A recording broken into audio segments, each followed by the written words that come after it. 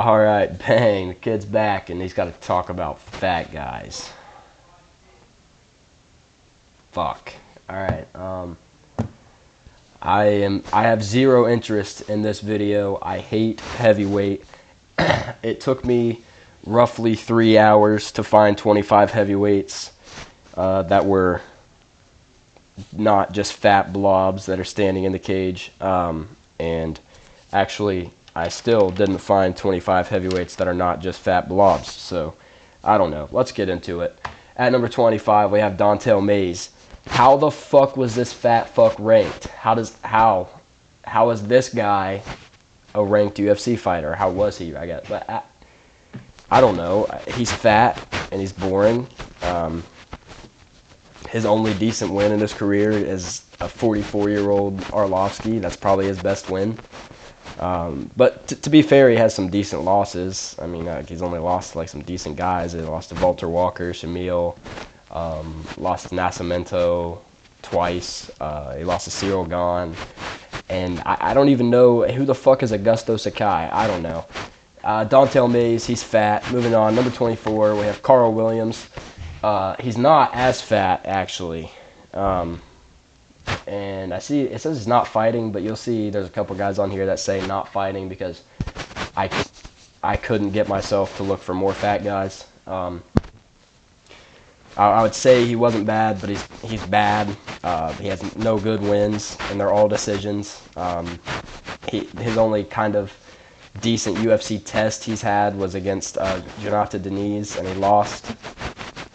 I don't know what else to say. That thing where it says 3 first-round finishes are literally his only 3 knockouts. I'm pretty sure. Maybe one of them submission. I know he's got 3 knockouts on his record. I don't know. He sucks. But to be fair, he's like 6'7", 260, so he's not fat. But he's kind of fat. He's fat. Number 23, we got Martin Buday. He's a boring, fat cage hugger. I mean, I don't know what else you want me to say. He held Arlovsky against the cage for like 12 minutes in a 15-minute fight, and that's probably his best win. I mean, he beat Chris Barnett. Chris Barnett's pretty cool, I guess. He does, like, cool tricks. And he lost to Shamil Gaziev. I think that's his only UFC loss. I don't know. I hate heavyweight. We're so fat. Number 22, we have Rodrigo Nascimento. How the fuck do you lose to Chris Daukaus? How does this happen? He beat Don'Tale Mayes twice. Don'Tale Mayes is fat. Rodrigo Nascimento is fat. He's lost to Derek Lewis just recently, got knocked out, and he's lost to Alexander Romanov. Both of those guys are fat. So it's like heavyweight's fun because it's like a blob off. It's like, I don't know. Number 21, we have Alexander Romanov. If you couldn't tell by looking at him, he's fat. He has literal fucking stretch marks. How are you a pasty white Russian guy and your nickname's King Kong? I don't know. King Kong has muscles. Alexander Romanov is fat. He has blob. I know also he just got sent to the PFL, but like I said, I can't. I'm not looking for 4 or 5 more fat guys. I'm not doing it. To be fair to Alexander Romanov, he's got some solid losses. Like he lost to Jailton Almeida. He lost to Alexander Volkov. He lost to Marcin Tybura. Those are not bad losses. Those are all guys you'll see in the top 10 later. But like his only like good win against another guy that would like be anywhere near this list, which is on the list, I guess, but is against Nascimento. Other than that, just fat guys. I want to go home. Up next, we have Bam Bam, Tai Tuivasa.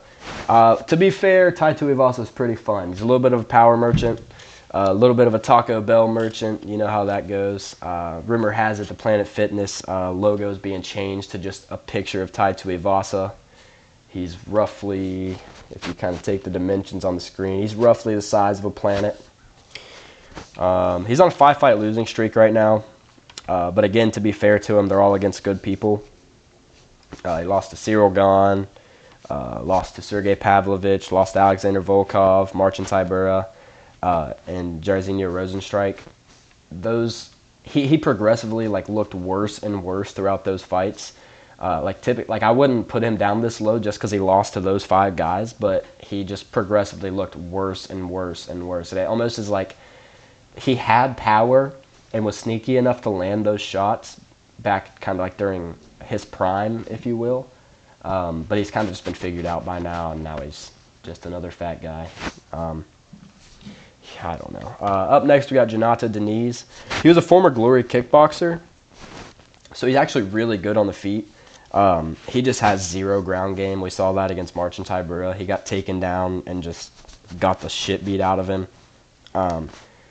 And actually, he gives me a little bit of hope if he can improve that ground game, because if you look at him, he's not that fat. Like, he's fat, but he's not like that fat. You know what I mean? Like, you know, he gives me a little bit of hope.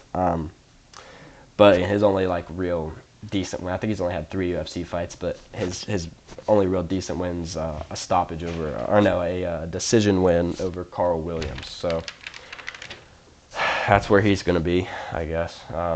Moving on, number 18, we have. What the fuck is this? Oh, what is this thing on my screen? What are you? It's like I don't even know. What is this? He might have retired. I don't know. It says he's not fighting. I have no clue. I don't care. He's fat. I think he's like 5'10", 260. Get the fuck out of my face. You're fat. I don't know. I guess I can give him. I think he's 39 years old. He's got a little bit of craftiness to him. Looked okay. Actually looked pretty good against Junior Tafa, but that's Junior Tafa. He sucks and he's fat. Was landing some really good leg kicks in that fight. Ended up getting a stoppage. He's got a win over Waldo Cortez Acosta. It's probably his best win because that's aged pretty well. Waldo's looked pretty good in his last few fights. I don't know. The only reason I know who this guy is because he got flying kneed by number 17, Derek Lewis, who, yeah, he's fat. I just had to check real quick. He's pretty fat. He's fun, though. Hilarious guy. A bit of a power merchant, though. He holds the KO record in the UFC, but it's like all he has. I mean, I don't know. What the fuck is this? Oh, man. He's just like looking at me so weird, and I just don't even want to talk about him. He's got good losses. He's really only lost to the top guys like Cyril Gahn, Pavlovich. He lost to JDS back in the day, and DC as well. Lost to Sergey Spivak, and then more recently lost to Jailton Almeida. He had a decent fight against Nascimento, ended up stopping him in the 3rd round, just caught him, and it's Derek Lewis, so if he hits you, you're going to sleep. Same thing he did with Volkov, basically. Had the most boring fight ever against Francis Ngannou. They were both terrified of each other, so they just stood there. I thought at one point in time he was going to get pretty exciting when he fucking just ran out and flying kneed Marcos Rogério de Lima. And he had a 6-pack, so it was badass. And then he just got smudged into the ground by Almeida and looked terrible, and then I think he was losing to Nascimento, and then just landed that big knockout shot. Yeah, I don't know. His balls was hot, I guess. Next up, we got Walter Walker. He lost his UFC debut literally because he was too fat and he just got out of breath. He didn't even do anything. He landed like 10 punches and attempted like 3 takedowns, and apparently that's enough to make a UFC level heavyweight tired. So he ended up losing that fight. Since then, he's looked actually pretty good. I'm hearing that it was probably he came in on short notice against Brzezinski there for his first fight, and what I'm hearing go around is that where they caught him on short notice, he was off cycle, and people are saying that he has hopped back on since then. So maybe that's the case. I don't know. We'll see. I assume he's tested clean if he's had 2 fights in a row and not popped for anything. But he's actually kind of exciting. He's a heavyweight that has actual skill in BJJ. Like, he's actually good. He's won both of his fights in the UFC by heel hook, which is something you don't see in the heavyweight division. So that's pretty exciting. I don't know if I mean, I don't know. He's fat. Moving on. Number 15, Taliesin Teixeira. This might be the craziest pick on the list because he's literally only had 1 UFC fight. But he looked great on the Contender Series and looked even better in his first fight. I don't know which Taffa brother that is. I already forgot. I don't know if it's... I think it was Justin, I think. I don't know. They're the same. I don't know. They're both fat. Yeah, he's really powerful. To be honest, he's about 6'7", and his reach is like 7 foot almost. Like, it's actually like crazy. Like, his hands literally aren't even on the screen because his arms are so long. But he's actually really powerful, so it's pretty entertaining. And it's not that he's like just a power merchant like Derek Lewis or like Tai Tuivasa. He actually has some decent skill. So he looked really good in there against Taffa, whichever one that is. But I don't know. Moving on to number 14, we have the meal deal, Shamil the Blob Gaziev. He lost his first fight via cardiac arrest. Actually, no, I think he won one. Then he got that Rosenstrike fight and lost via cardiac arrest. He was like holding onto his chest and couldn't breathe, and the doctor stopped the fight. I don't know. He's fat. I don't know. He just like kind of grinned at Rosenstrike and hoped that would win him the fight. I don't know. He beat up Martin Boudet, beat up Dontel Mays, and then he beat up some guy named Thomas. I don't know, that guy, the other fat guy on the screen right now. I don't know. He's got a fight booked against Sergey Spivak. I reckon he'll get blobbed. Spivak will lay on him for 3 rounds, maybe find a submission. Spivak's actually looked pretty good in his last few, to be fair, so he'll probably end up submitting the meal deal. So I don't know. Moving on to number 13, we have Mick Parkin. This is so bad. Well, he's fat, I guess, but he trains with Tom Aspinall. Yay! That's cool. We like Tom Aspinall. He's not just fat. He's pretty well-rounded. He's just not really like good anywhere, like great anywhere, I guess. He's I don't know, he's just average. He's not super athletic. He's not super powerful. He's just a big guy, and he has pretty clean technique. Just lost last weekend to Marcin Tybura.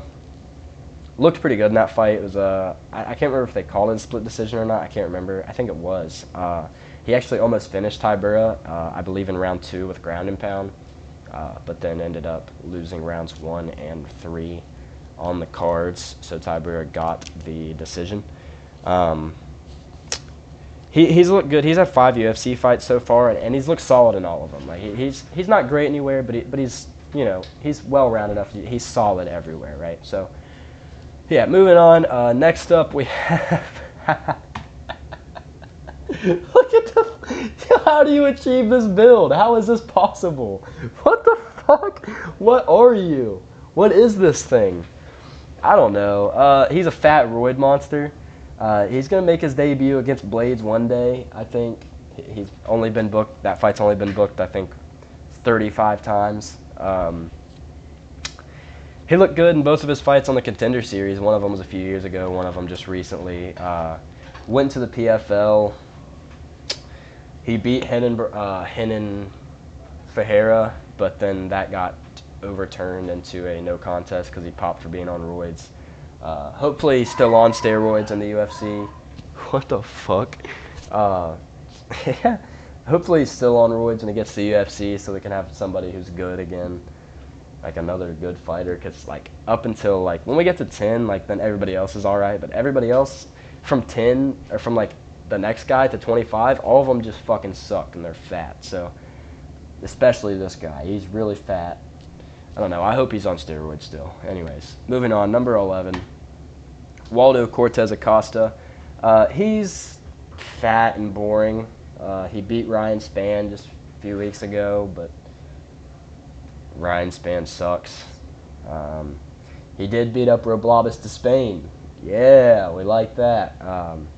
That guy talks so much shit to just not be good on the ground at all. Like, I mean, I know he's I think he was like a bronze medalist in Taekwondo or something like that.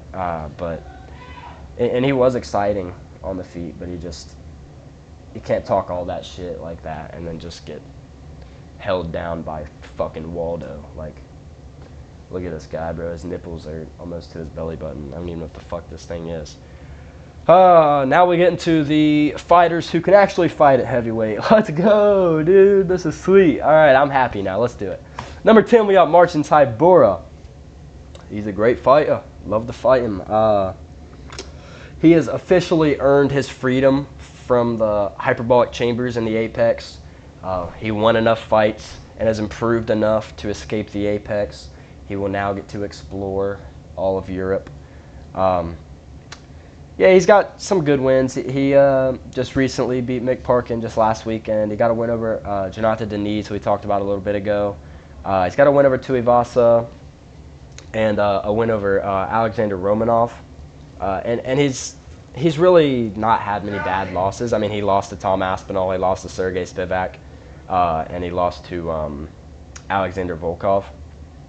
Yeah, he's not bad. He's looked pretty good. He's pretty well-rounded, good on the feet, good on the ground. Yeah, I mean, he's lost on the feet and on the ground, but like they were both just guys who are specialists in those areas. So I don't know.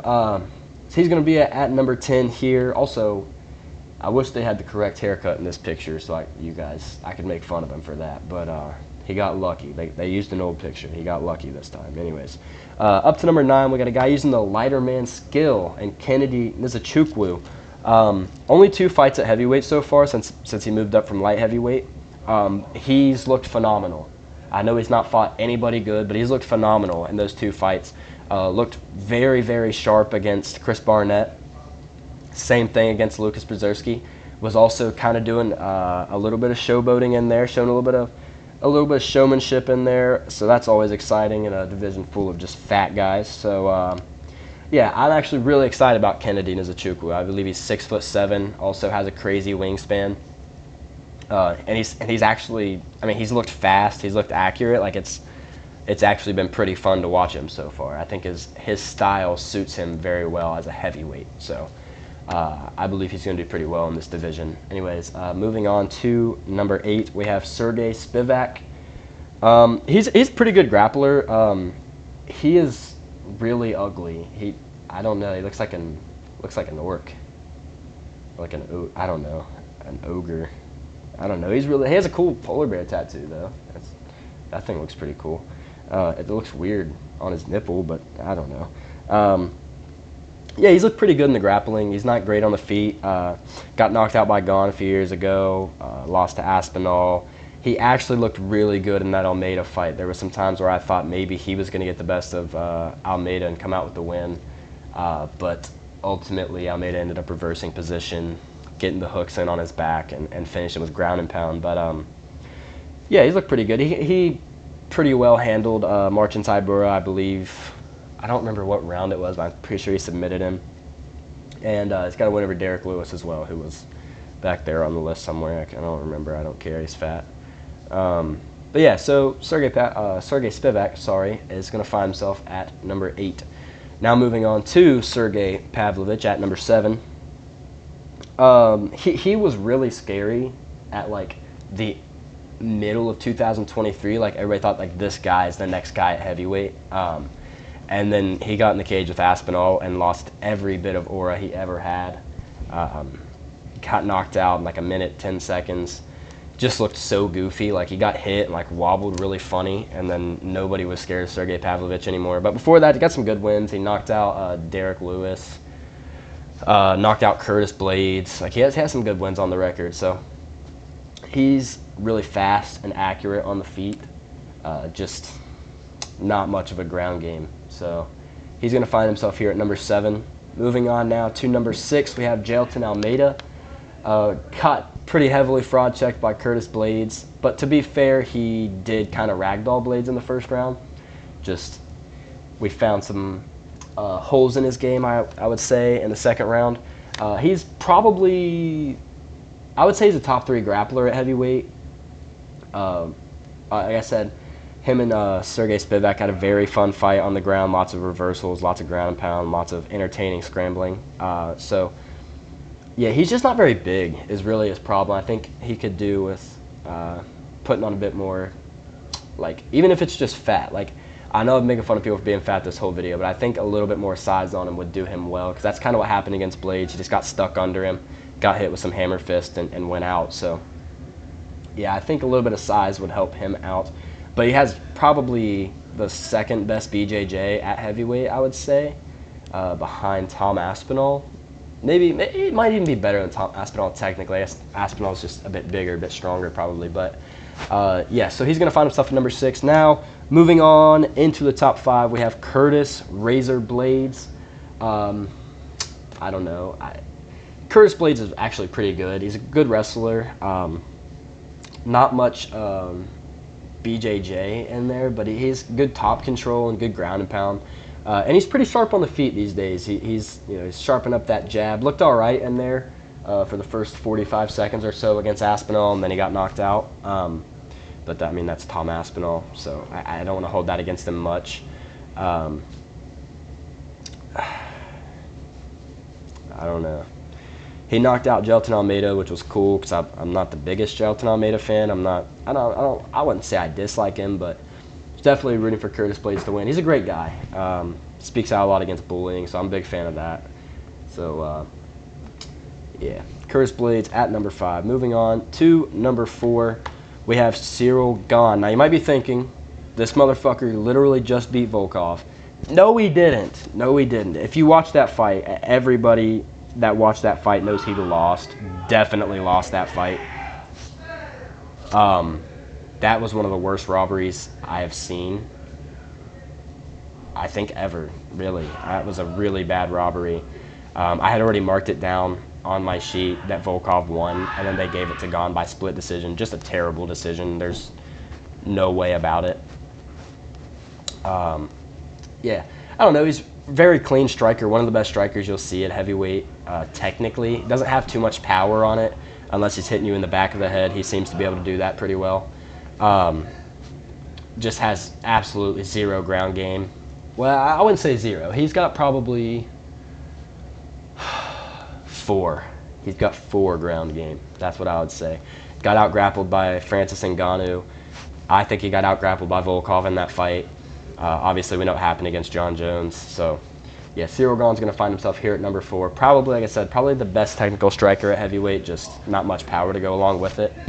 So, anyways, moving on to number 3, we have Alexander Volkov. He definitely beat Cyril Gane. He just did. There's no way around that. He beat Cyril Gane. Obviously, lost him the first time. He was on a pretty good win streak before that. He looked good against Sergey Pavlovich. Definitely won that fight. Looked very good in there. It was very decisive. Looked great in that fight. Yeah, he's big and he's long. He has a great striking and he's very improved. He put on some muscle in recent times and he has looked much better since then.